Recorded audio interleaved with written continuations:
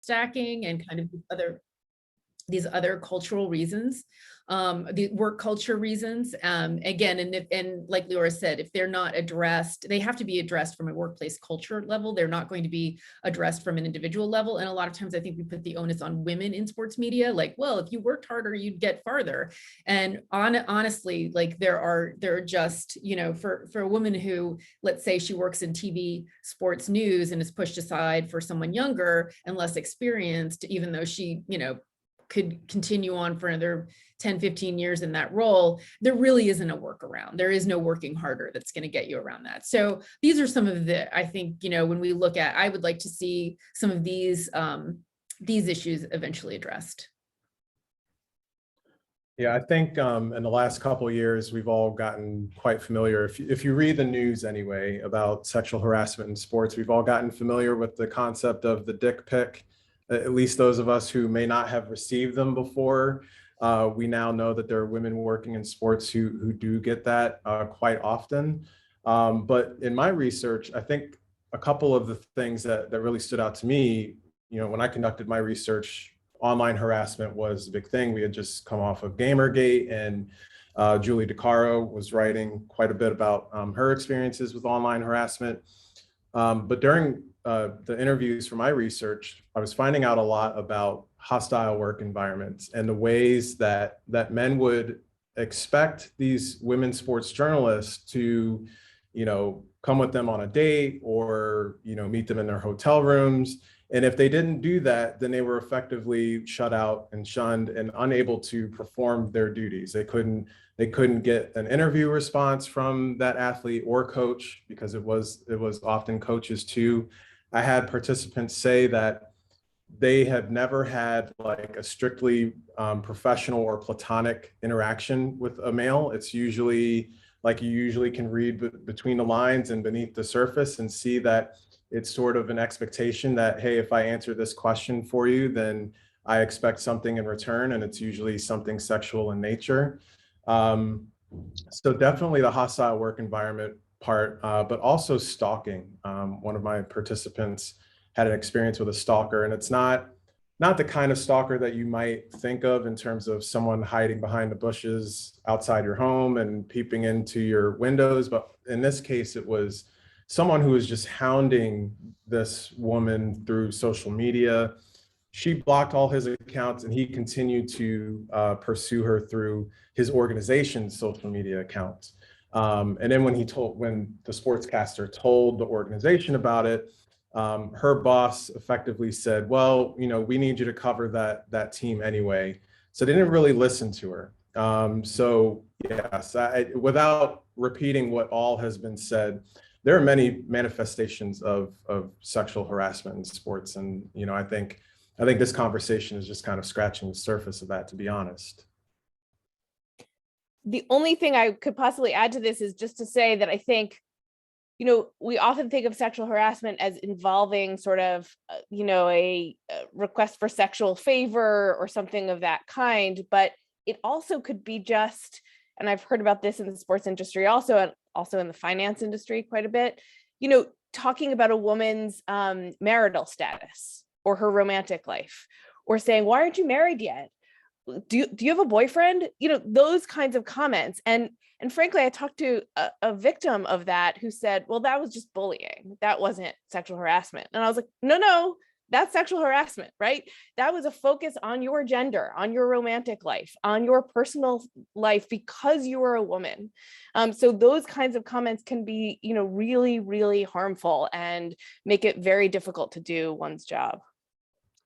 If I could just jump in, another one that I would add similar to that is questions or comments related to like a woman's menstrual cycle. That happened, that came up quite a bit in my interviews. And it's just like, why do these men need to know? But that goes back to what Leora was saying, that it's about power. It's not about like, these men don't legitimately want to know. They just are using that to, I guess, sort of remind them that like, hey, I hold power over you because you experience this thing that I don't.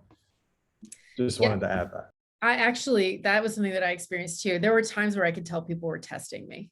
They were testing me to see how inappropriate I would get, you know, what I would talk about, that kind of thing. It was definitely But I will say, like, the stuff about marital status, like, that's so subtle compared to, like, usually the harassment is like, it's very deliberate and over the top, at least when, you know, when I was working as a beat writer.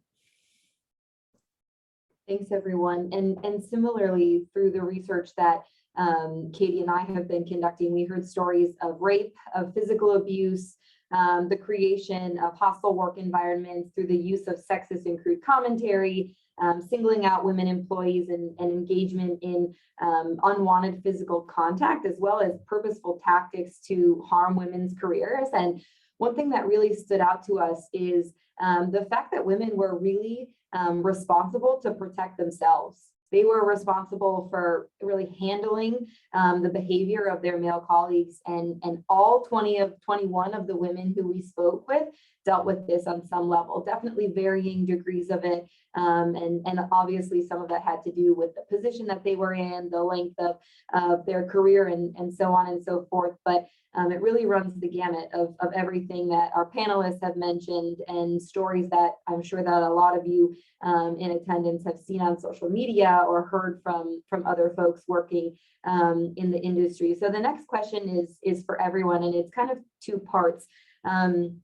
So it kind of builds off of the finding of our study that there was a lack of education and training from organizations on topics such as harassment, discrimination, and bullying, which then kind of led to unclear reporting processes, and in some cases, inappropriate reporting procedures. So from your perspectives, why do organizations struggle to provide adequate education and training for employees, especially during the onboarding process? I'll take a stab at this. I think a common problem in terms of training and procedures and reporting is that organizations don't focus on retaliation and the potential for retaliation when they're creating those reporting structures. So, I mean, I can't tell you how many times I've seen this problem. The policy says, if you experience harassment, report it to your manager.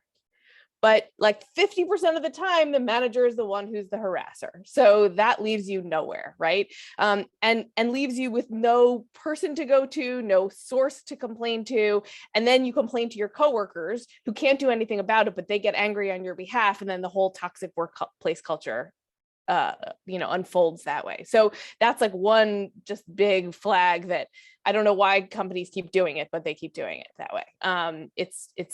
That's a pretty simple one to fix, right? The second one is much harder, which is you have good policies in place, but your HR is largely ineffective, right? So you've got the policies and procedures, they say the right things, they offer a bunch of different avenues for reporting, a neutral third party, an HR representative, what have you, but then you go to complain and you are essentially told, I mean, I had one woman tell me that she went to complain and the response was, you really shouldn't drink at work events. If you didn't drink, these kinds of things wouldn't happen to you. That was the response, right? So you could have all the great policies and procedures in the world, and if in practice, the response to complaints is, it's your fault, you haven't gotten anywhere. So that's just two things that immediately come to mind that, you know, you have to practice what you preach for this to go anywhere. And I should just add one other thing, which is that every single case matters. If you handle even one case poorly, it will disincentivize anyone else from coming forward because everybody talks. And so when you hear that was the response that you got, don't drink at work events, then the next woman who gets harassed is definitely not going to HR. And then it spirals. Yeah. And I would say, working for a huge company, like I did when I was in sports talk radio, our education was 1.5 hour video that basically had really overt sexual harassment in it. It was like, don't do this. And the little stuff, the sort of boys will be boys stuff, which is how it always got labeled, was always looked at not as a problem in the aggregate, but that it was all these little individual things. So one time I went into my studio to do my show and someone had written titties on the whiteboard. I don't know why it didn't even make sense, but I told my boss, I took a picture and it was like, I'll take care of it. And the taking care of it is I go talk to the guy and say, don't do that again. it's not the structure that's supposed to take place. And, you know, at my job, it was infamous. You know, we all knew that you were not, HR was not going to do anything to help you.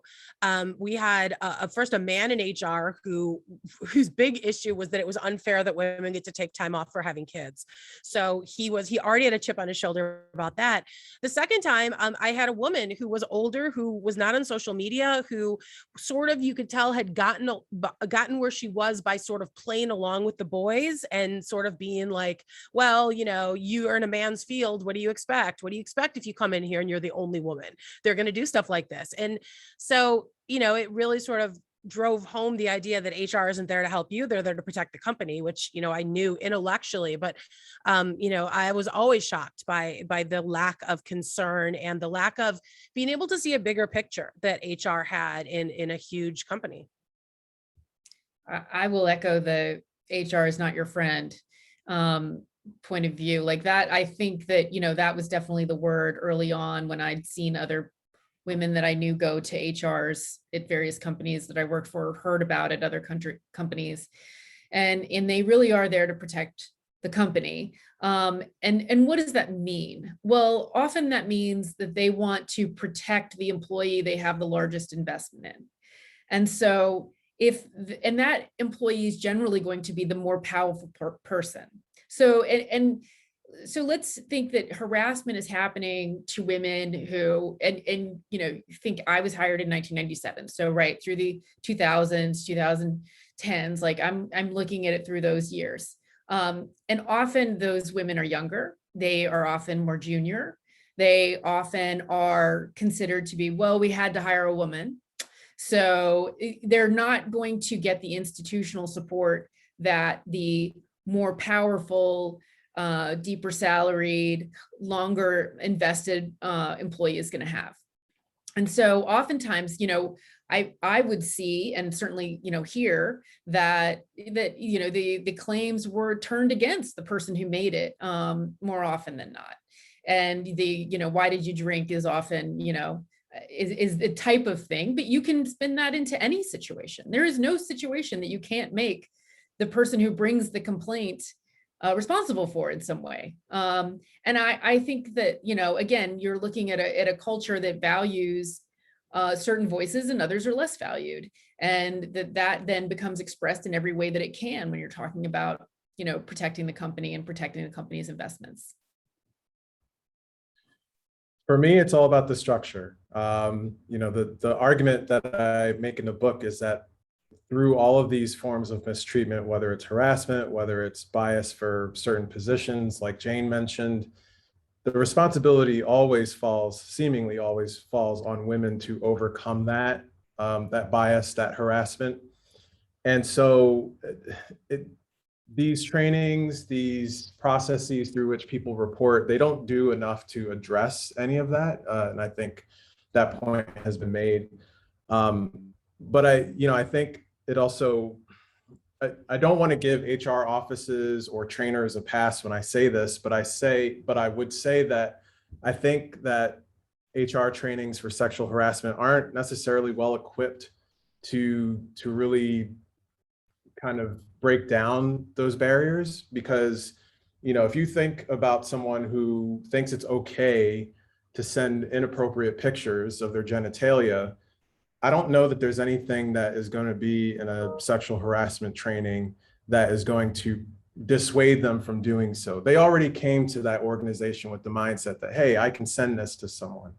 So, you know, we've said it multiple times today, it's all about the structure, which for me also includes how we raise and how we enculturate men to perform certain activities or perform certain behaviors. And that's really, you know, that's what it stems from for me. But, you know, as Leora said, you'd rather be in an organization that has training like that than an organization that doesn't.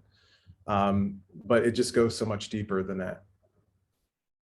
I want to raise one thing because this is on top of mind today, but the Governor Andrew Cuomo situation. I think, you know, it took CNN how long to decide to suspend Chris Cuomo, from his on-air role after all sorts of information was released about really deeply inappropriate protective conversations that he had. And I there were a number of tweets today from men in media that were like, well, I do the same for my brother.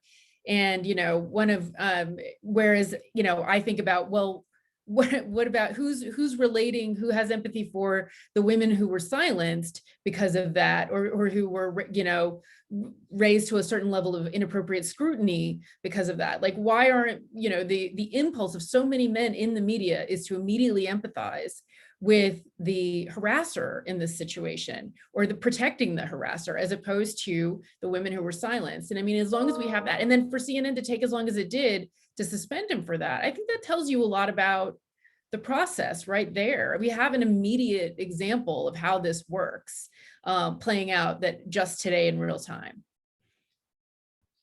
Yeah, I was going to say that I think the structure and the process also involves too many enablers, most of whom are men, but also some are women who say, oh, this person's been here for 20 years. They're such a great guy.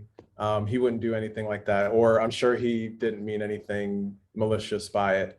And it's, when it comes to sexual harassment, I feel like it's not just on HR to solve that issue. It's a organization-wide culture thing, and there are just too many enablers at all levels. Yeah, I'll just add on to that.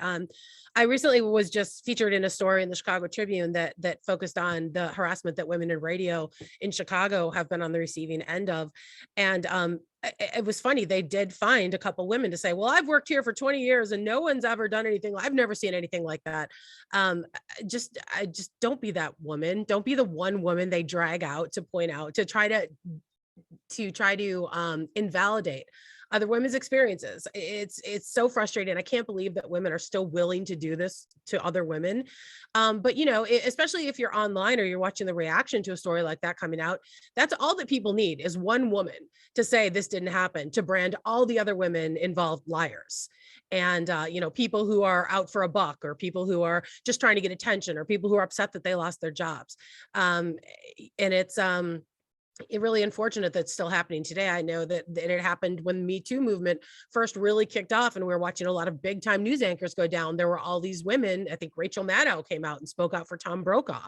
I hate seeing that kind of thing. And unfortunately, it is still happening, and still seems to be the number one way that organizations have to respond when they're called on the carpet for not protecting their employees.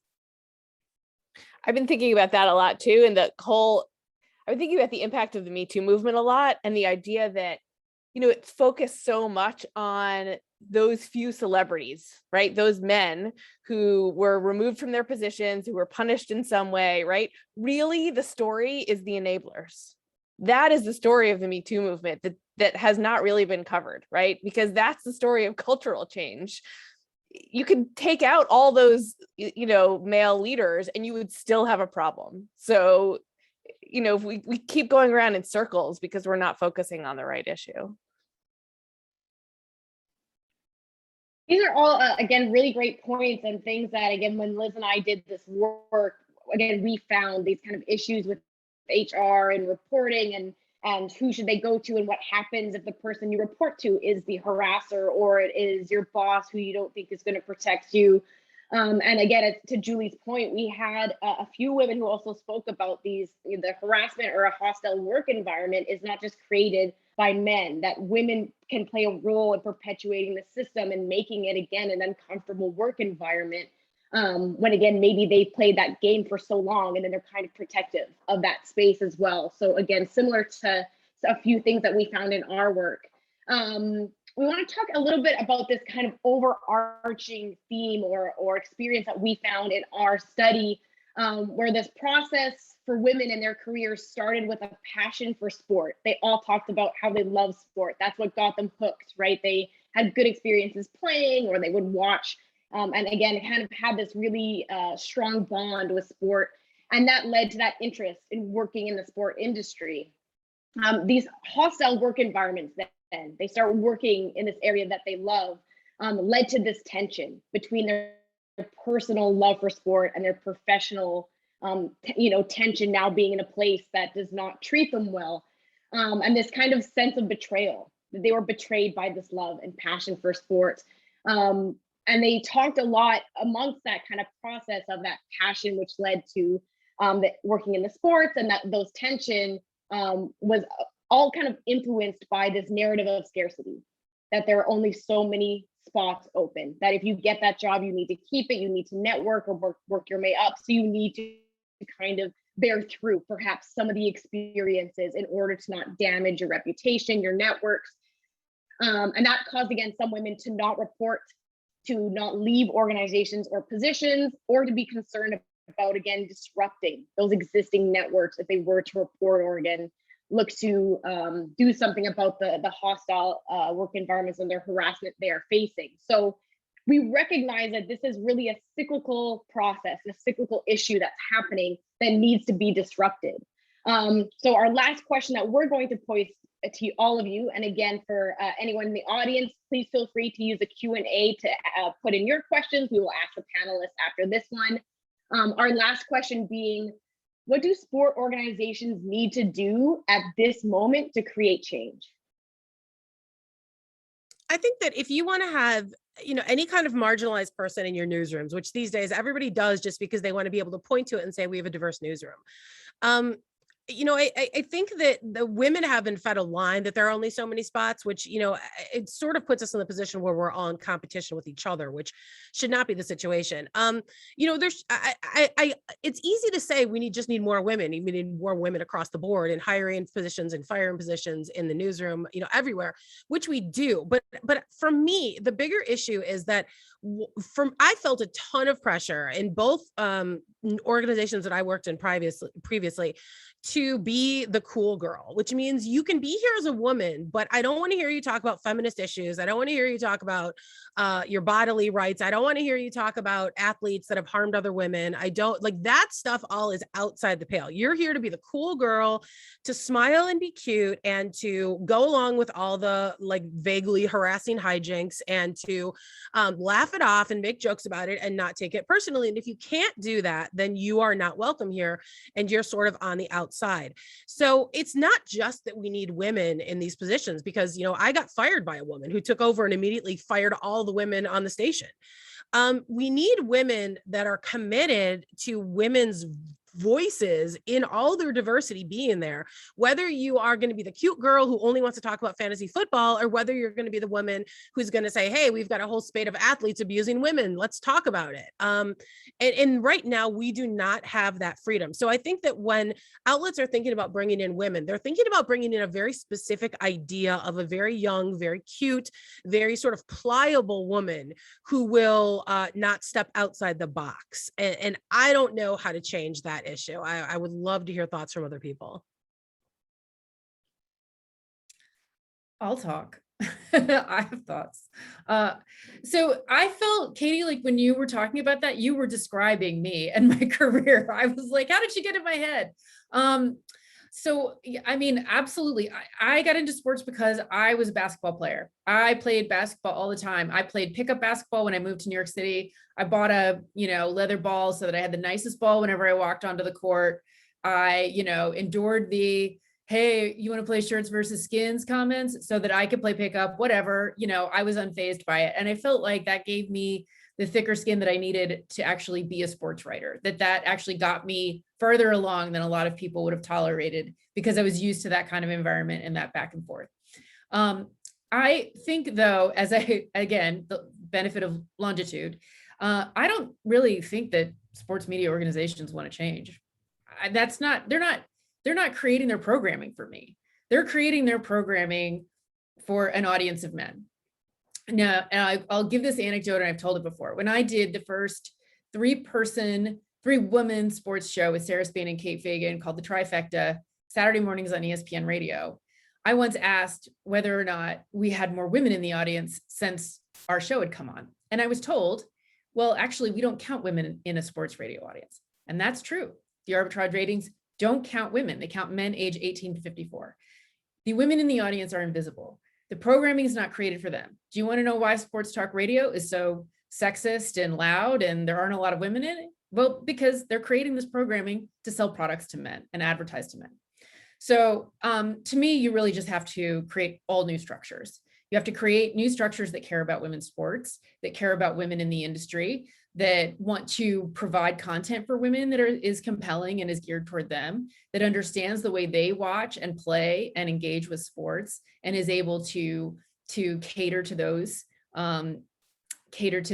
differences. Because right now what you have, I think, is you have an industry geared toward men and in the audience that sometimes allows women to play in certain spaces, but really doesn't care about women's sports, doesn't care about women as athletes, except as kind of inspirational storytelling, and really doesn't care about women in positions of power. And as a matter of fact, women in positions of power, it just dilutes the product in some ways.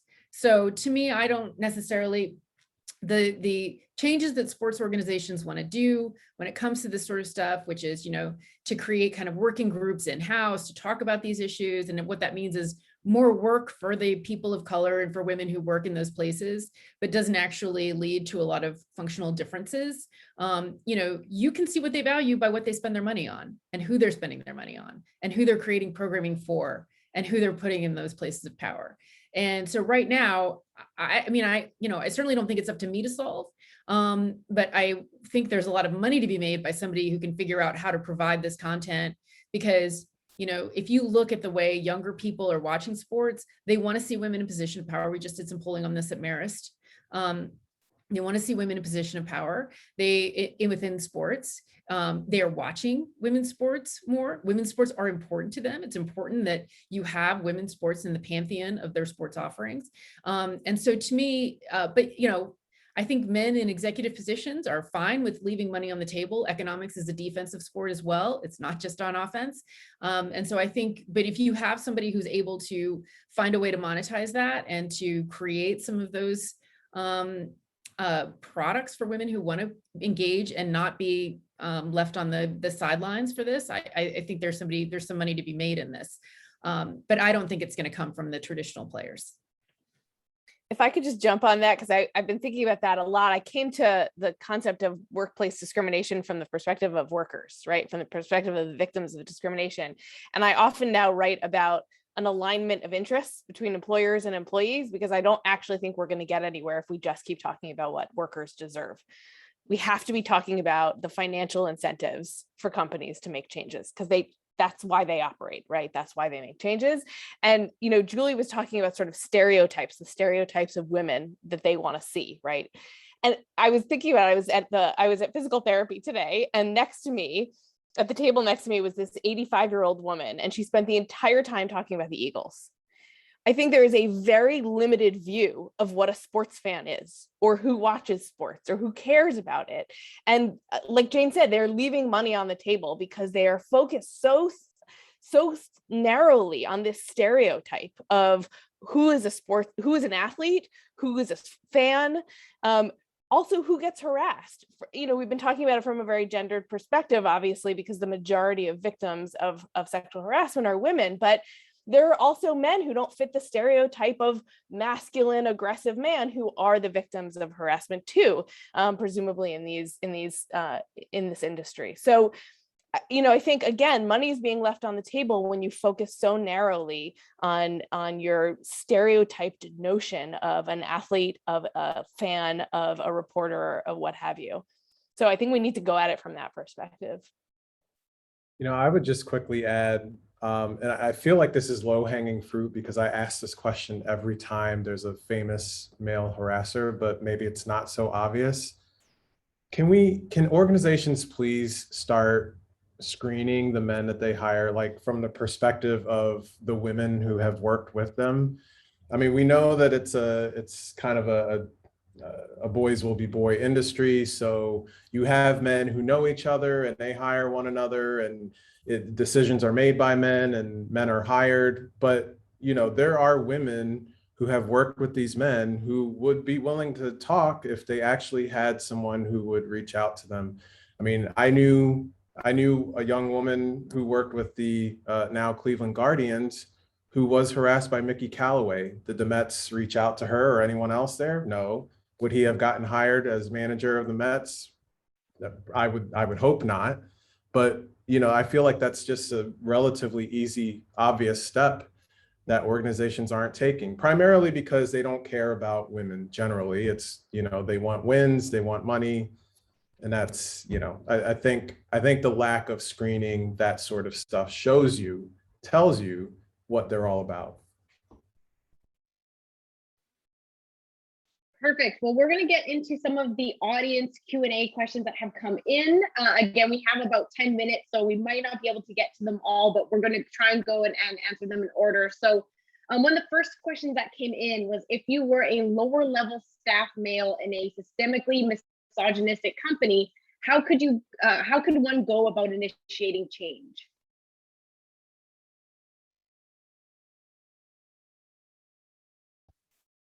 That's a tough situation, because I mean, even if you're in a field that isn't historically misogynistic, or at least does not have a reputation for being so let's say academia, you come across people who may make comments, misogynistic comments. And even in that situation, it takes some bravery to say, hey, you know, that comment wasn't great, like, and here's why. But when you're talking about, you know, your low-level staff member in a misogynistic organization, that takes even more bravery. And I mean, there are some people who have the privilege, either economic or, you know, they have people who know people in other jobs where they can put their job on the line and make a comment or make a corrective suggestion like that. But it really just takes bravery and saying, you know, I may catch a lot of hell for doing this, but it's the right thing to do, so I'm going to say it anyway. And I think at a minimum, being sort of voicing your, I don't want to say allyship because it's sort of the wrong context for it, but if you see something go down that you think is inappropriate, talking to the victim and saying, I saw that wasn't okay. And sort of affirming what she probably knows inside, but is not necessarily willing to admit. And having that affirmed by someone else has so much power. I just spoke to a victim of harassment who said she didn't come forward until her male coworker said to her, this is not okay. I see what's happening to you. That was the first moment after about a year of being harassed that she thought, oh, I actually should say something. And then offered to go with her, right? So you don't have to stand up on your own, right?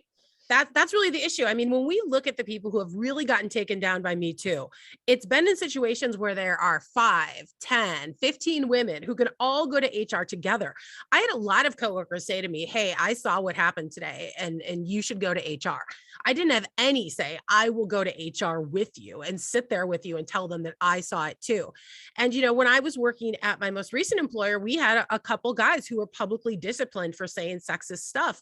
And, you know, behind the scenes, everybody rolled their eyes and said, oh, I can't believe he said that. Publicly, no one said a word. And so it all fell on the one woman working there, me, on, you know, social media. Why aren't you calling this guy out? Why aren't you saying anything? You do it when it's other places. Well, why is the one person who is in the marginalized group the one who's expected to call it out? Where are all the men who work with this guy to say something? Where are they? They don't say anything because they don't want to go into work the next day and have to face him after they said something about him on Twitter.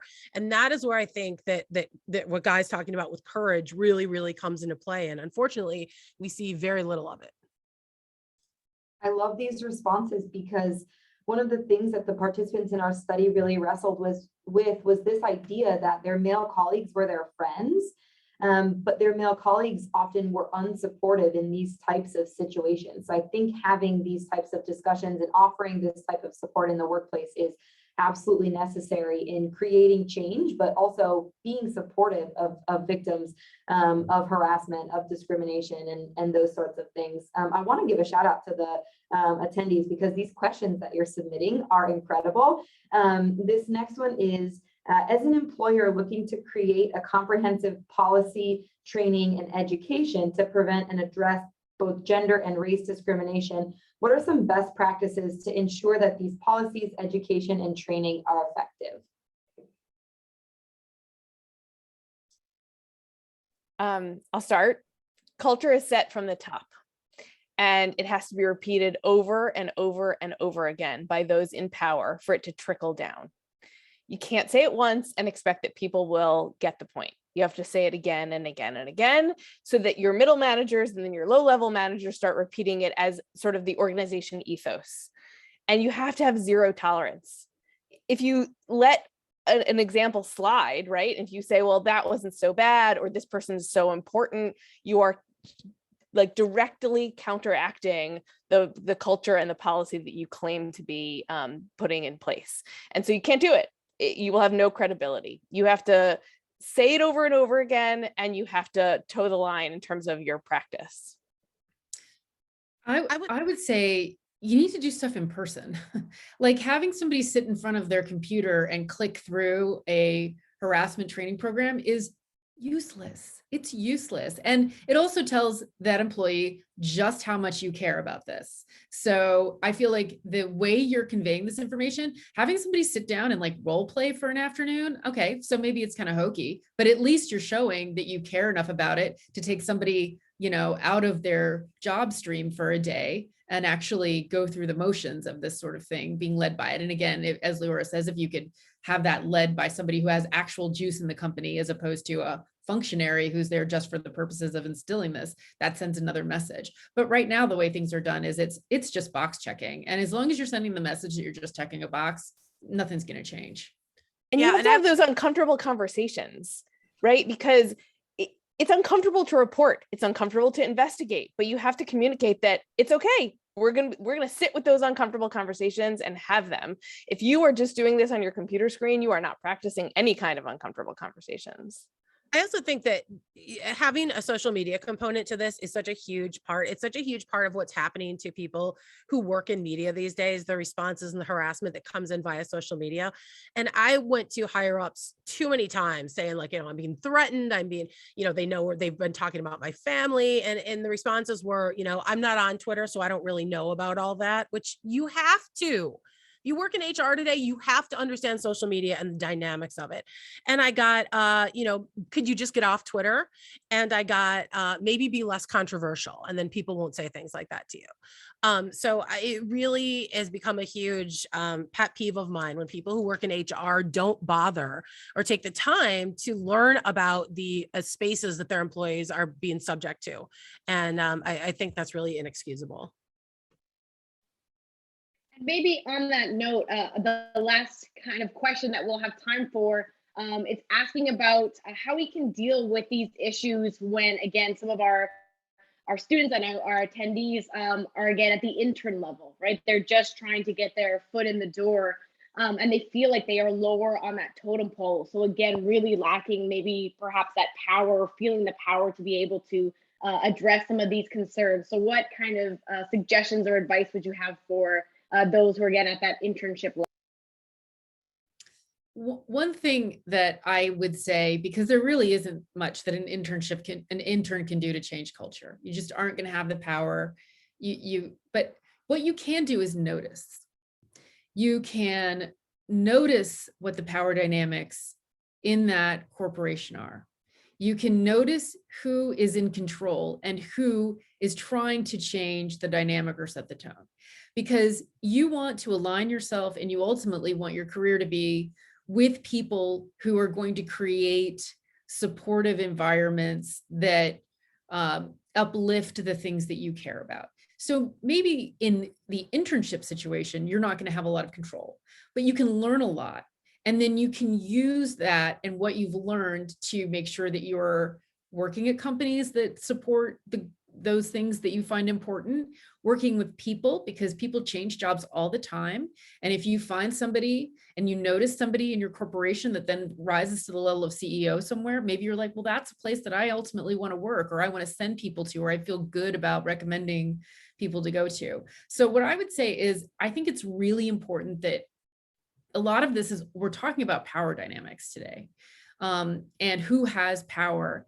And you are not going to have one as an intern, but you can start the process of understanding the power dynamics in your workplace and making sure that you are not contributing to the negative ones, and that you are figuring out ways to maneuver within those systems that will ultimately, again, create more supportive workplaces that uplift the ideals that you're looking to uplift. And I would also add, and this is something you can do as an intern, but also as you rise through the ranks, is just be self-reflexive about it. Like constantly, like every interaction that you have either with, maybe a male colleague who said something inappropriate, or you notice that a woman colleague was treated unfairly. Even if you're an intern, you don't necessarily have the power to change things.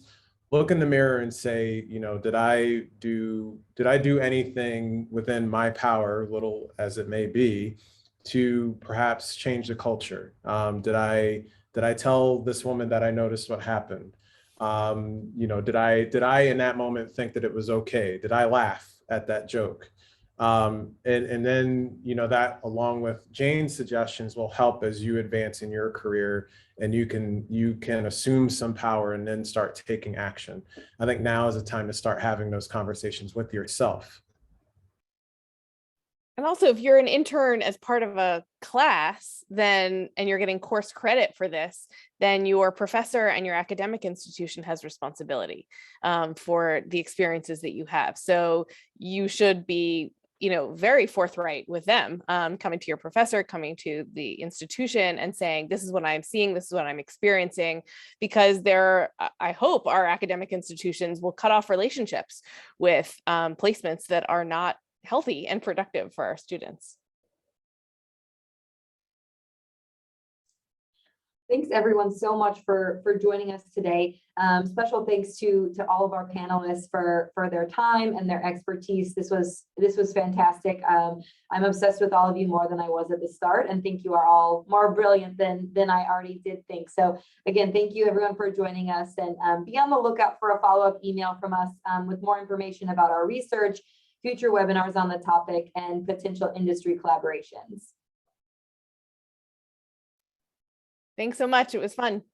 Yeah, thanks for having us. This was terrific. And nice to meet you all, finally in person. Yeah, same here. You all have a good one. You too.